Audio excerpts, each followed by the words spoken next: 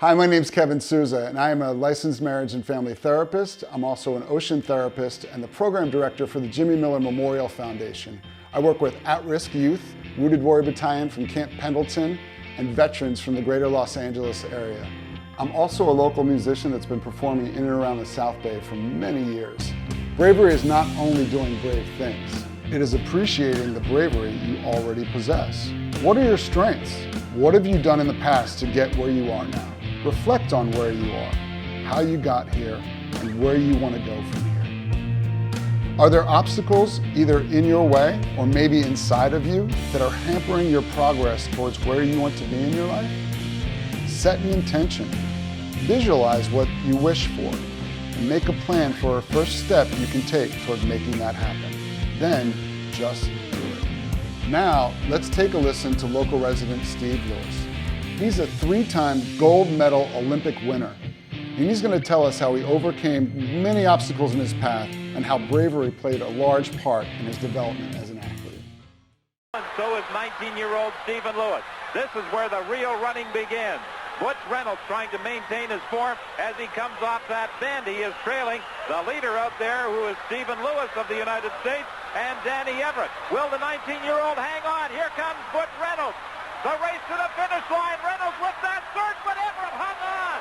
Or I should say Lewis hung on. Lewis, the 19-year-old, got there the winner. Stephen Lewis in a time of 43.89. What a run by the 19-year-old Stephen Lewis. Winner Steve Lewis, USA. The struggles were real. I mean, I had all this success in '88 Olympics, came off of a high in '88. But in '90, I actually came down with some mysterious virus that put me out for about a year. I was a shell of my former self. People started doubting me. The doctors didn't really know what was going on with me, and I was had a hard time. So I still had to go to school, classes at UCLA, and I still showed up to the track every day because that's what I knew. I mean, I've been a runner. I was always tough. I always wanted to go out there and do my best. Even though I physically couldn't do it, mentally it was taxing, but I kept showing up. And fortunately, after about a year, just as suddenly as it came, it went away, that virus, and I was able to get my body and mind right again and make a second Olympics in Barcelona and win 2 more medals. So it was definitely a hard time for me.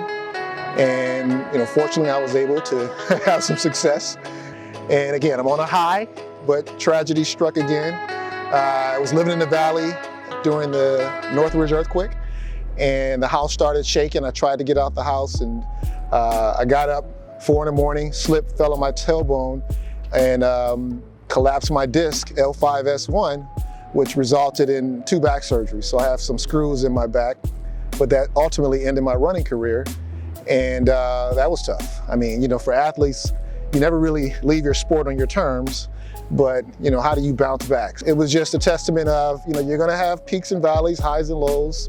Who do you surround yourself with to get through that time? I have my family, my friends, coaches and teammates, and just that, mental fortitude, that confidence that, I'm gonna persevere, I'm gonna get through it.